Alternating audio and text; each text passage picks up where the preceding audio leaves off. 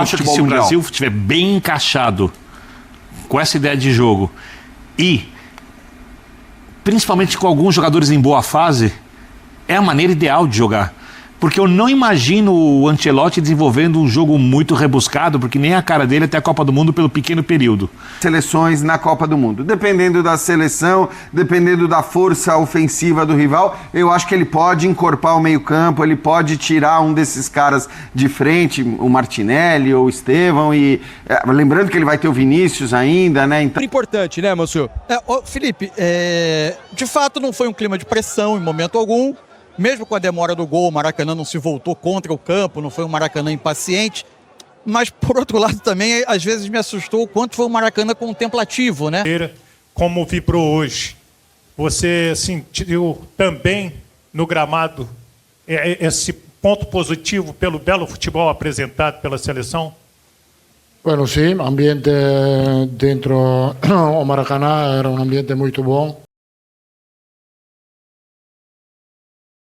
Oi. Eliminatórias deu 3-0. Boa noite pra você. O que achou da vitória brasileira? Prazer, Felipe, estar com você, com o Jean, com o Vitor, com o Fã de Esportes. Eu achei que foi uma vitória. Acho que até demorou um pouquinho, né? A ter um pouco mais de tranquilidade no jogo. Primeiro tempo de muita luta, muita entrega. Não dá pra falar algo diferente. E eu também não esperava isso. As entrevistas do Carleto, ele deixou muito claro que ele ia cobrar muito isso. Falou de velocidade com a bola, a seleção brasileira teve velocidade com a bola, mas acho que tinha ansiedade, mérito também do Chile, que conseguia se defender bem, né? E tinha um erro sistemático, né? De toda hora tentar a bola por dentro da defesa do Chile. Depois que fez o primeiro gol, eu acho que a seleção brasileira ficou um pouco mais tranquila. Eu acho que foi um bom jogo. Acho que bons sinais... positiva o jogo no Maracanã. Jean, muita gente quando pega esse tipo de jogo fala o seguinte, mas é o Chile, tá uma porcaria, nas eliminatórias e tudo mais. Como, mesmo diante de um adversário desse, fazer uma análise que permita ver melhora no que o Brasil fez em comparação com o que fazia? Boa noite para você. Boa noite, Felipe. Boa noite a todos. Pois é, eu acho que assim, essa argumentação de adversário fraco, acho que já está claro pra gente que ela não serve para desmerecer boas atuações. Isso vale para muitos times de futebol no Brasil, vale para muitas partidas da seleção numa história recente. Quantas seleções fracas o Brasil já pegou e não conseguiu jogar bem contra elas? Então, eu não consigo olhar para... E outra, jogar contra ônibus estacionado costuma ser também muito difícil, encontrar espaço contra seleções que estacionam um ônibus na área. Foi o que o Chile fez hoje. Eu gostei muito do primeiro tempo do Brasil.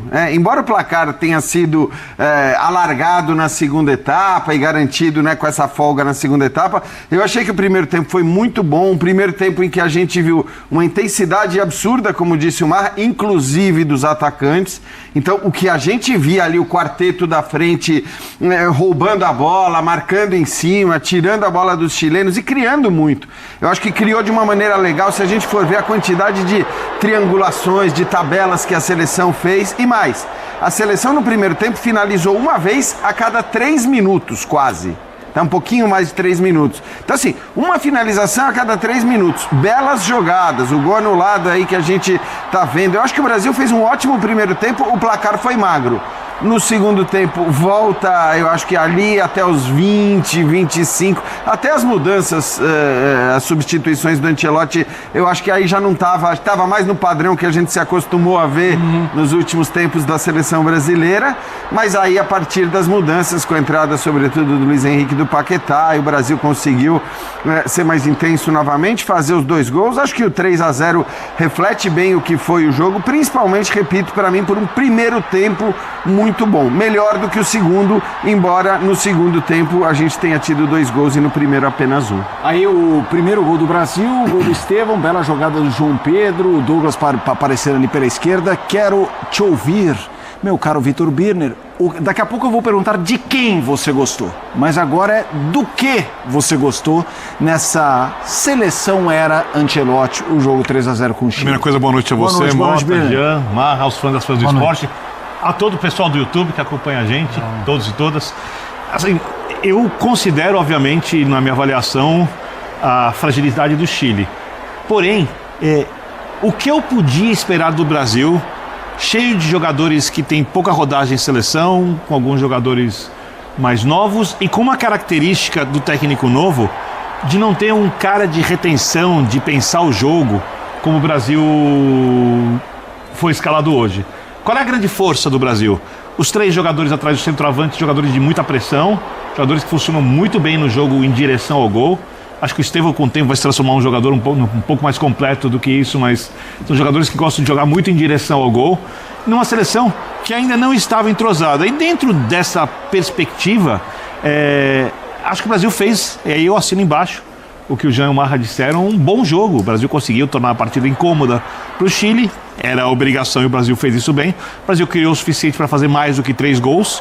O Brasil tomou conta da partida com bastante tranquilidade, cedeu muito pouco jogo para o adversário. Só bola parada, né? Só bola parada. Então, assim, para uma seleção que acabou de se juntar, sem treinamento, alguns jogadores quase em começo de temporada nas suas competições na Europa. Então, acho que dentro do que era possível imaginar, acho que o Brasil entregou aquilo que eu esperava. Eu só penso uma coisa, Vitor, quando você fala dos 3 jogadores atrás do centroavante, para mim não teve centroavante. Perfeito. Sim, não é um centroavante de área, perfeito. João Pedro é mais um dos 4. E até mesmo se você olhar um mapa de movimentação pós-jogo terminado, o João Pedro, ele fica mais tempo atrás do Rafinha e atrás do Estevão. Esses dois se posicionam por mais tempo na partida, mais adiantados que o próprio João Pedro. Eu acho isso muito bom, tá? Isso não é uma crítica. Isso é uma maneira de cada um ocupar aquele espaço, tudo. O João Pedro, ele foi algumas vezes o jogador que entrava na área. Ele não finalizou. O lance do gol é um lance de muita esperteza dele, de muita qualidade, o primeiro gol. Porque ele vê pouco espaço para chamar o Douglas Santos para o jogo e ele teve coragem e qualidade para colocar ali por dentro e a partir dali a jogada se desenvolveu com o Douglas, com o Rafinha e o gol do Estevão. Então não é uma crítica à ausência do 9. É, para mim, um muito bom aproveitamento da ideia de não ter um 9 novão. Fala, Gil. Só que é legal que, assim, é a ausência do 9 e, se você quiser, também a ausência do 10, né? Porque, no fim das contas, a gente está falando de uma seleção que tinha... Mais de 1 é 10. 4 atacantes de movimentação. Ninguém centroavante, ninguém meia, mas 4 atacantes de movimentação.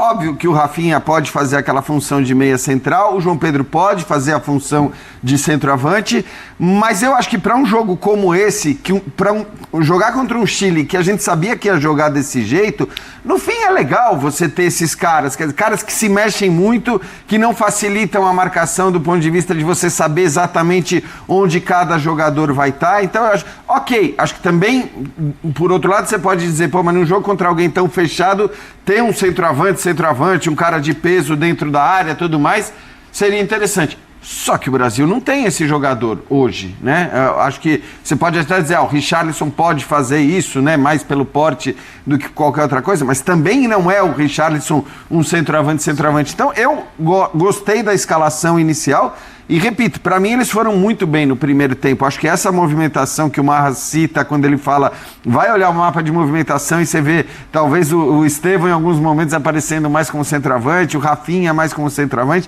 Eu gosto porque isso acho que dificulta um pouco a marcação de um time que veio só para marcar.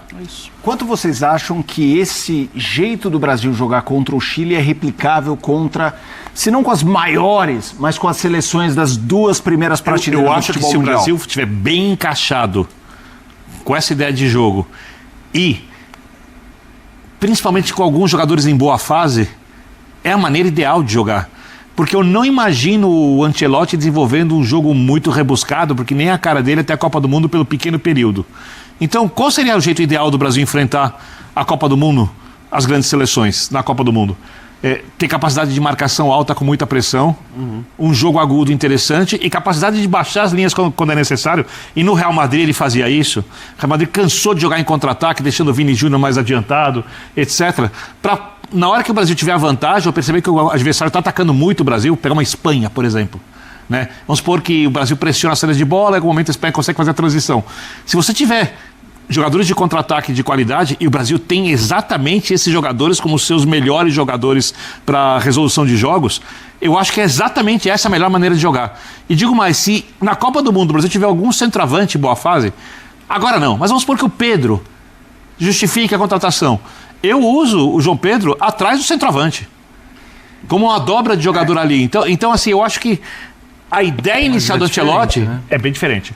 A ideia inicial do Ancelotti, e eu acho que ele só vai poder desenvolver isso de fato no período pré-Copa do Mundo, quando ele estiver com jogadores, que até ali a gente só vai ver muitos testes e alguma coisa para desenvolver isso um pouco, não de fato.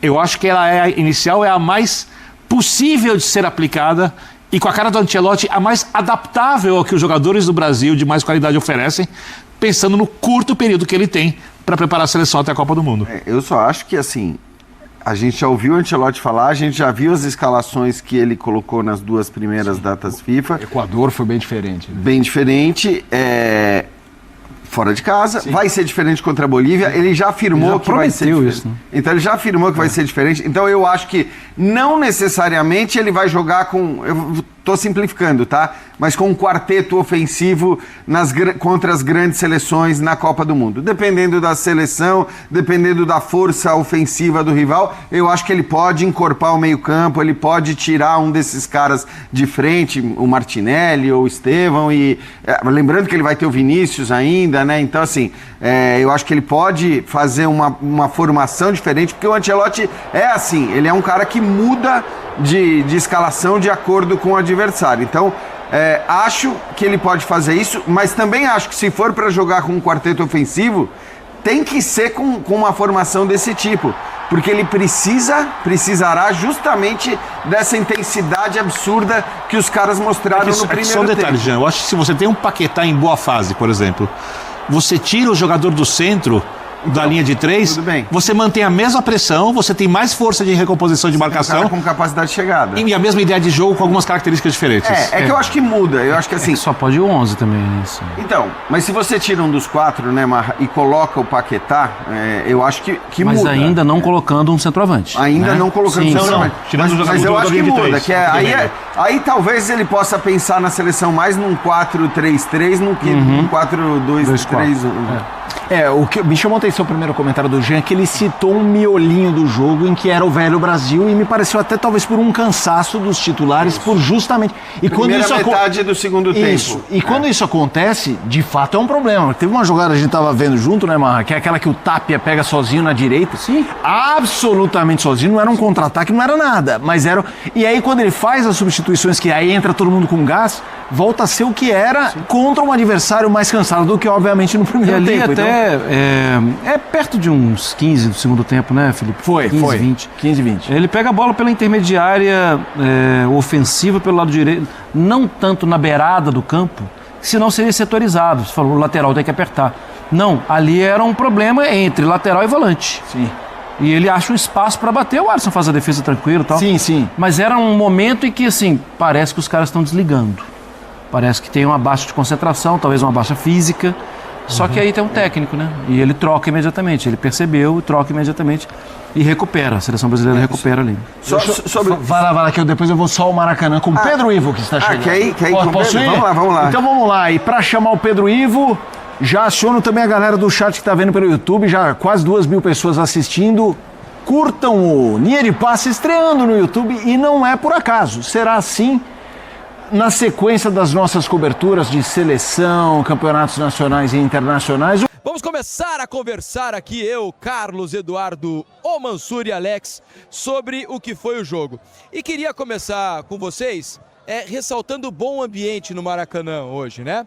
Hoje, um primeiro tempo amarrado, né, até certo ponto, o Brasil até jogando bem, mas demorou a sair o gol. Ainda assim, o clima estava ameno no Maracanã, né?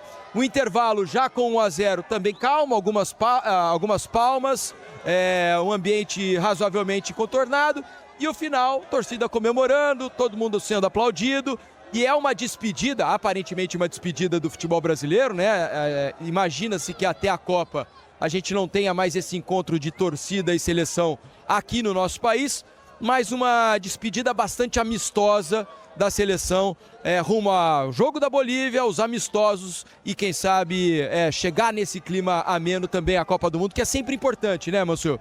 Felipe, de fato não foi um clima de pressão em momento algum, mesmo com a demora do gol, o Maracanã não se voltou contra o campo, não foi um Maracanã impaciente, mas por outro lado também às vezes me assustou o quanto foi um Maracanã contemplativo, né? Houve momentos de silêncio mesmo no Maracanã. Esse é um perfil, né, da seleção, então, né, de jogos da seleção, não acha? Tem sido assim, né? Tem sido assim agravado, porque hoje você trazer a família ao Maracanã para ver a seleção brasileira é um programa de quase R$1.000, né? É isso aí. Não é para... Então você tem um outro perfil de público, mais cliente propriamente do que qualquer outra coisa. Enfim, tem uma série de questões envolvidas aí. Eu acho que a questão do custo de ver a seleção do Maracanã, acho que é importante, não deve ser abandonada, é o que a gente deve falar sempre. Agora, achei em alguns momentos muito frio. A entrada depois do Luiz Henrique, do Paquetá, jogadores que o Maracanã tem uma certa memória afetiva, uma intimidade, muita gente que estava no estádio com memórias de Flamengo, de Botafogo, acho que isso ajudou também, e a resposta que eles deram já num jogo com bastante mais espaço, também tem esse aspecto, acho que isso ajudou a dar ao final do jogo um ambiente um pouco mais aquecido. Alex, queria ouvir de você o que é que você percebeu, né, nesse comentário inicial sobre a seleção brasileira. Queria que você focasse no que mais te agradou. O que mais você gostou da seleção brasileira hoje em relação ao que a gente viu nos 2 primeiros jogos com o Ancelotti? Assim, cada adversário ele traz algo. Beleza, nada de novo. Só que eu gostei da maneira vertical que o Brasil jogou. Principalmente no primeiro tempo e depois das trocas do segundo tempo com o Luiz Henrique. Por quê? Porque até com o adversário mais difícil, você não pode perder oportunidades de roubar uma bola, deixar o jogo muito lento e você não aproveitar esses espaços que o futebol hoje dificilmente te deixa. Então, lógico, teve a parte final ali que bateu várias bolas dos defensores do Chile. A maneira deles se posicionarem, se movimentarem, assim, num sincronismo, achei que é até legal, né? Eu venho marcado, eu acabo abrindo espaço, alguém recebe essa bola, vindo para uma tabela, um erro outro que acabou acontecendo. Acabamos de perguntar para o Casimiro sobre essa falta de sequência de time jogando, mas o que eu acho que falta, acho que faz isso acontecer é essa energia boa que está em torno dessa chegada do Ancelotti aqui. Então vamos ver a partir disso, porque a partir disso ele realmente trouxe algo. E essa liderança de um Casimiro, ele estimula as outras lideranças. Às vezes o Bruno, para carregar isso como um liderante sem ter um líder desse tamanho, ele também produz mais dentro de campo porque você acaba dividindo um pouco mais isso. Mas eu acho que esse lado técnico da maneira que o Brasil conseguiu jogar, que eu acho que é bacana, é gostoso de ver, óbvio que vão ter mais dificuldades com outros adversários. Estava pensando no negócio aqui, Mansur. A gente tem falado, né, que há uma concorrência grande na seleção brasileira, especialmente do meio para frente. Com o que jogaram Estevão e Luiz Henrique hoje, o espaço para quem quer ir à Copa do Mundo, jogando pelo lado direito especialmente, tá cada vez mais difícil, hein? Vai ter que jogar bola, porque o Estevão, para mim, fez um belo jogo até ser substituído. Acho que era o melhor jogador da seleção até o momento da substituição. E o Luiz Henrique entrou como tem entrado. Né? Na seleção, nas últimas participações do Luiz Henrique, ele tem sido arrebatador. É verdade que pega um adversário já perdendo o jogo, com um pouco mais de espaço, o adversário já um pouco mais cansado, mas tem entrado inegavelmente muito bem. A seleção parece que em nenhum momento pesou no Luiz Henrique, né? Ele é o jogador que a gente viu, quase todas as entradas dele na seleção, ele é o jogador que a gente via no Botafogo. É evidente que tem que dar esse desconto sim, né? O Chile é bastante frágil e naquele momento do jogo já bem menos competitivo, né? E aí, a seleção brasileira tinha dado uma baixada de ritmo, entram jogadores com muito apetite, o Paquetá pelo retorno, né? E o Luiz Henrique, por saber que tem uma concorrência dura a vencer no setor ofensivo, onde de fato tem uma fartura de oferta de jogadores, eu acho que isso tudo influenciou para que o ritmo acelerasse de novo e aí eles conseguissem impor muita diferença. Agora, não dá para atribuir a boa partida do Luiz Henrique só a isso, ele fez outros jogos bons na seleção, inclusive em momentos que a seleção se apresentava pior do que hoje, né? Se a gente pensar no que foi o Estevão hoje, no que é o Rafinha, e foi em momentos do jogo no que foi o Rafinha, no que para mim é uma presença muito, mas muito promissora do João Pedro, como esse 9 que oferece muito jogo à seleção.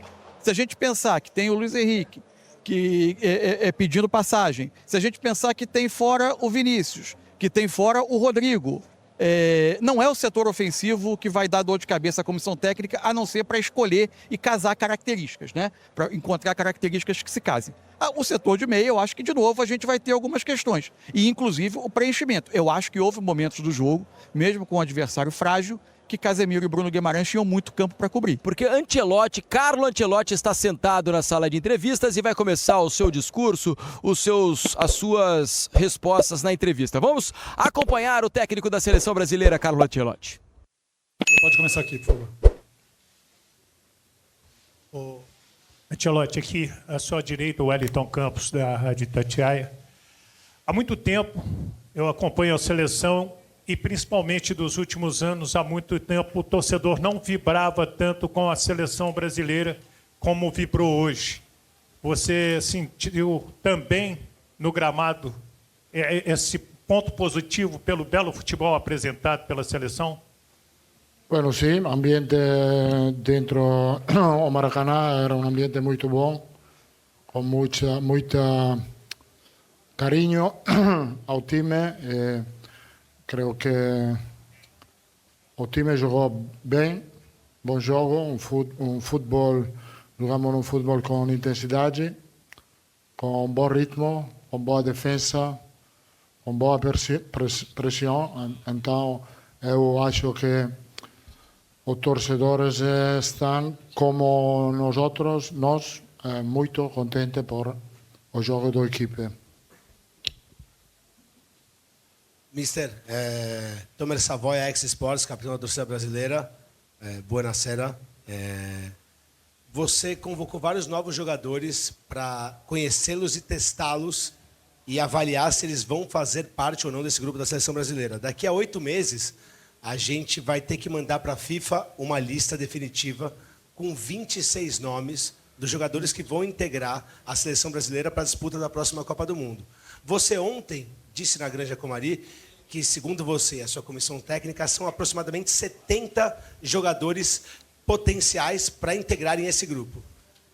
Num cenário ideal, onde todos estivessem com condições físicas e técnicas boas, quantos são os preferidos ou confirmados pela sua comissão? 10, 15, 20? Grazie mille e parabéns pela vitória. Eu penso que temos um grupo bastante forte de jogadores que fixo, podemos dizer isso, e depois há muito outro. Eu estou certo que fazer uma lista de 26, de 25, 26 é muito complicado nessa seleção. Pode ser que outro treinador tenha menos dificuldade de lo que eu posso ter nos próximos meses, mas isso é todo muito positivo. Os novos de hoje me gostaram muito lo que entraram no jogo, han cambiado o ritmo del partido e eu estou muito satisfeito por el partido de hoje.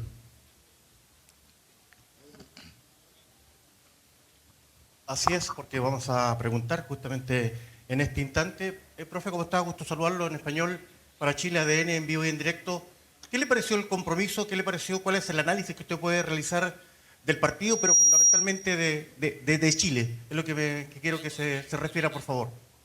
Creo que Chile ha jugado un partido serio, defendiendo bien, muy compacto, sobre todo en la primera parte. Obvio que cuando hemos abierto el marcador ha sido un poco más sencillo para nosotros, teniendo en cuenta que el partido ha estado abierto hasta nuestro segundo gol, porque en la segunda parte Chile ha jugado un poco más ofensivo. Mister, aqui, tudo bem? Sim. Boa noite, Felipe Brizola, TV Boa Globo noite. Sport TV. Mister, queria que o senhor falasse um pouco sobre as substituições, principalmente do Luiz Henrique, né? Ele entrou no jogo de uma forma muito intensa, participou diretamente do segundo e do terceiro gol. Que tipo de características esse jogador traz para a seleção brasileira e o quanto impacta vocês quando um jogador entra com essa fome, né, com essa vontade de vencer e trazendo resultado? Luis Enrique tem um talento extraordinário nesse sentido, muito forte fisicamente, fantástico nel jogo de uno contra uno, ha cambiado o jogo com as suas frescuras, estava fresco fisicamente. Es claro que un jugador con ese talento, cuando está fresco y los otros cansados, cambia el partido. Él lo cambió muy bien. Es es muy bom para el equipo nacional ter esos tipos de jogadores. Professor Ancelotti, sou Júlio César, do Portal Agora, de Mandaguari, no Paraná. O que o senhor enxerga como mais importante agora? Formar um time titular, uma espinha dorsal, ou continuar testando e conhecendo jogadores nesses 7 jogos que faltam até a convocação para a Copa? Eu acho que temos que preparar uma base. Esses 3 jogos, creo que se pode ver a base, que é um equipo compacto que defende bem. Os 3 jogos jogados hemos defendido bem e, obviamente, depois as qualidades individuais de todos os jogadores cambiam e marcan a diferença em positivo para nós. Temos que seguir nessa linha, porque estou convencido que ter a porteria a 0 como equipo ha feito nesses 3 jogos, temos muita oportunidade de ganhar os partidos. Eduardo Gabardo, da Rádio Gaúcha de Porto Alegre, cidade que o senhor esteve recentemente, né? Lá no Beira-Rio. Não sei se comeu um bom churrasco lá, mas, enfim, a pergunta que eu gostaria de lhe fazer, quando o senhor assumiu a seleção brasileira, foi tudo muito rápido, né? Para aqueles jogos contra o Equador e contra o Paraguai, pouco tempo de treino. Agora, com esse tempo maior de observação, de treinamentos, o senhor se sentiu mais confortável? O que o senhor acha que conseguiu fazer de diferente nesse segundo momento como técnico da seleção? Eu vejo um ambiente muito positivo perto de nós, um ambiente motivado, jogadores que trabalham muito bem. Aí tem um bom ambiente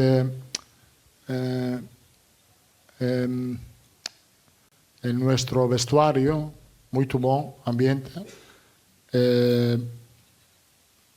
Agora eu estou muito confortável.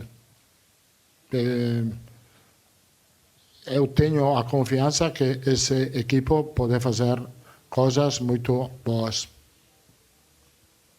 Mister, boa noite. Boa noite. Aqui à sua frente. Sim.